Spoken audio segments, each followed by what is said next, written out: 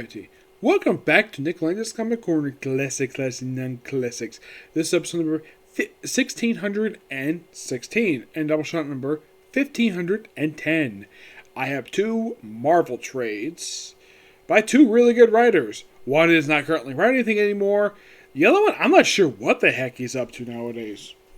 Alright, first up it is Punisher Volume 1, Black and White. Written by Nathaniel Emerson. At the time this came out, this was the first of three straight ongoing series with Marvel. The other two being Black Widow and frickin' Deathlock. Yep, this book contains the first 6 issues of this 20-issue run. I will eventually review the final trade when I get my hands on it, so don't worry about that. Yes. Now, this came out roughly back in 2014. Roughly 7 years ago this volume started. And then it ended the following year because of Secret Wars. Yep. Now, this is coming from volume, I believe this is volume 9, if I'm not mistaken. Yes. Now, unlike the next trade, which was pretty decent for what it was, this one was a really good start to this run. We have Punisher in LA of all places, where he helps with the police, and he also runs into Electro. Yes, he runs into Electro. Now, if you're curious though, has Punisher ever met Electro prior to this? The answer is no. No, he hasn't. And here's something really weird though. Here's the thing.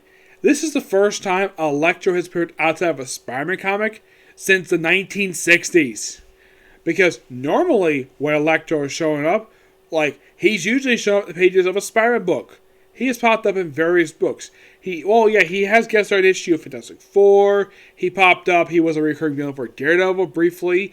As a matter of fact, he was the first official custom villain Daredevil fought. Electro of all people. And aside from those two people, I don't think he popped the Avengers, no, but Punisher, that's interesting. He fought so frequently this whole story arc, and eventually they lead into what happens in the very next story arc involving him in that little prison stuff. But yeah, this is an absolute great start to this run, and thoroughly enjoyable. Give this book a 9.5 out of 10. The artwork is by Mitch Gerards. By the way, the cover of the trade here, it's literally the cover of the first issue. Yeah, and also Punisher starts wearing this mask. Yeah, he only wears this only in this run. As far as I could tell before or after this, he does not, I repeat, does not put this mask ever again. As a matter of fact, the first one of Secret Wars by Becky Cohen, he doesn't put it on at all. He basically no longer wears it. He basically goes back to his normal look he normally wears. Alright, next up is the guy who, just a few years prior to this, slicing the pieces. We have Daken, Dark Wolverine, Volume 1, Empire. This collects Dark Wolverine number 90, essentially put the final issue of Wolverine Volume 3, and the first 4 issues of Daken Dark Wolverine, the ongoing series. Yes, 90 was to put the prelude that helps out the very first story arc of the relaunch for Daken. Now, issue 90 did have a guest star appearance by, of course, Logan, but he didn't do anything. And we also have a guest appearance by Logan's then girlfriend, Melinda, which it's been implied that they broke up at some point, but as far as I can tell currently, he is not reunited with her at all, and this is something really weird about this character. I'd say that Jason Aaron himself did a great job of developing the relationship between the two, but here's the thing.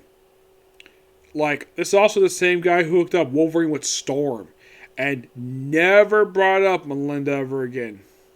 Yep. Most of this one is basically just setting up stuff you would see throughout the entire Dark Wolverine run. Like him basically, where he was kind of going to Hollywood, he trying to reboot himself because he wants to associate with Norman Osborn anymore. He makes out with some woman who basically he's with. He also, get this, thanks to his pheromones, he tries to invite another woman who's basically like a publicist there. It's implied he wanted to do a 3-way. Yeah, seriously. That's Daken for you and his pheromone power. He'll sleep with anybody he wants to. Also, he's bisexual. That's how Danny Way writes him. I don't have a problem with that at all because Danny Way created them. If being out of by him is perfectly fine with me. Also, we do have one issue where, get this, there's a guest appearance in here by, you're gonna love this, Mystique, who Doc goes on a date with. And Mystique points, oh, I'm close to your mother. I'm like, Daken is basically, presumably, even though it takes his healing factor, he's presumably, I'd say, probably in his 60s. Yes. Like, the whole thing of possibly his mother, well, he does try to seduce her at some point, and he also tells her, like, when she takes off the towel, it's like, keep on somebody sexier. It puts on a sexy dress. And, of course, she does shame her to put on her normal attire for something completely random, which I thought was quite funny. And then, of course, the story arc ends with him going to Mandrapore, thus setting up basically the arc that comes right after this one. Now, the very next story that came right after this first story arc was Collision, the crossover where he met his sister, Laura. Yes, this book is really good. Give this book roughly I'm going to give 9.5 out of 10. The issue where Mystique guest stars, this happens. Where Daken fights a demon version of his father. This is referred to as Demon Wolverine. Yeah, he actually was a quick guest star appearance.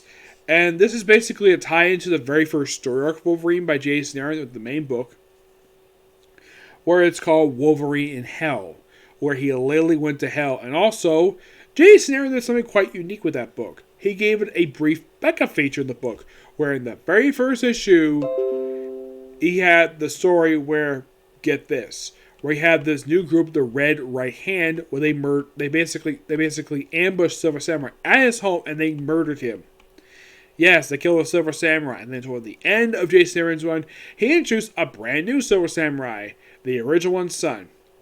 And since then, Jonathan Hickman revived. Actually, no, it wasn't Hickman revived. It was Ben Percy revived in pages of the current Wolverine book.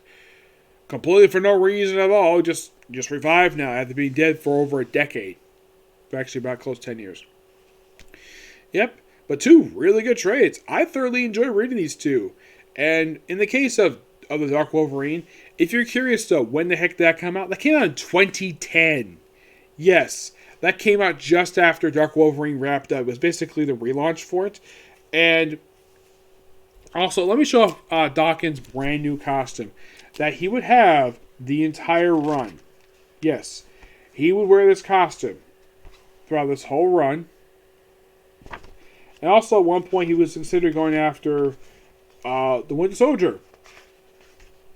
And you might be interested, okay, this is the outfit he wears. Yeah, this outfit right here. He wears this outfit throughout this whole run. But if you're curious what he looks like when he's masked up per se, let's see if I can find the cover issue 1 here. Here we go. Yeah, that's the cover you get for the first cover. Yes, now there's a couple different artists on here per se. Now, Dark Wolverine's artwork is by Marco Perfrici, which actually is a pretty good artist. The artist who does... Now, the cover artwork, of course, is not in this trade. For some reason, this is an older trade. They lost the cover at some point, because I noticed there's some missing pages in here.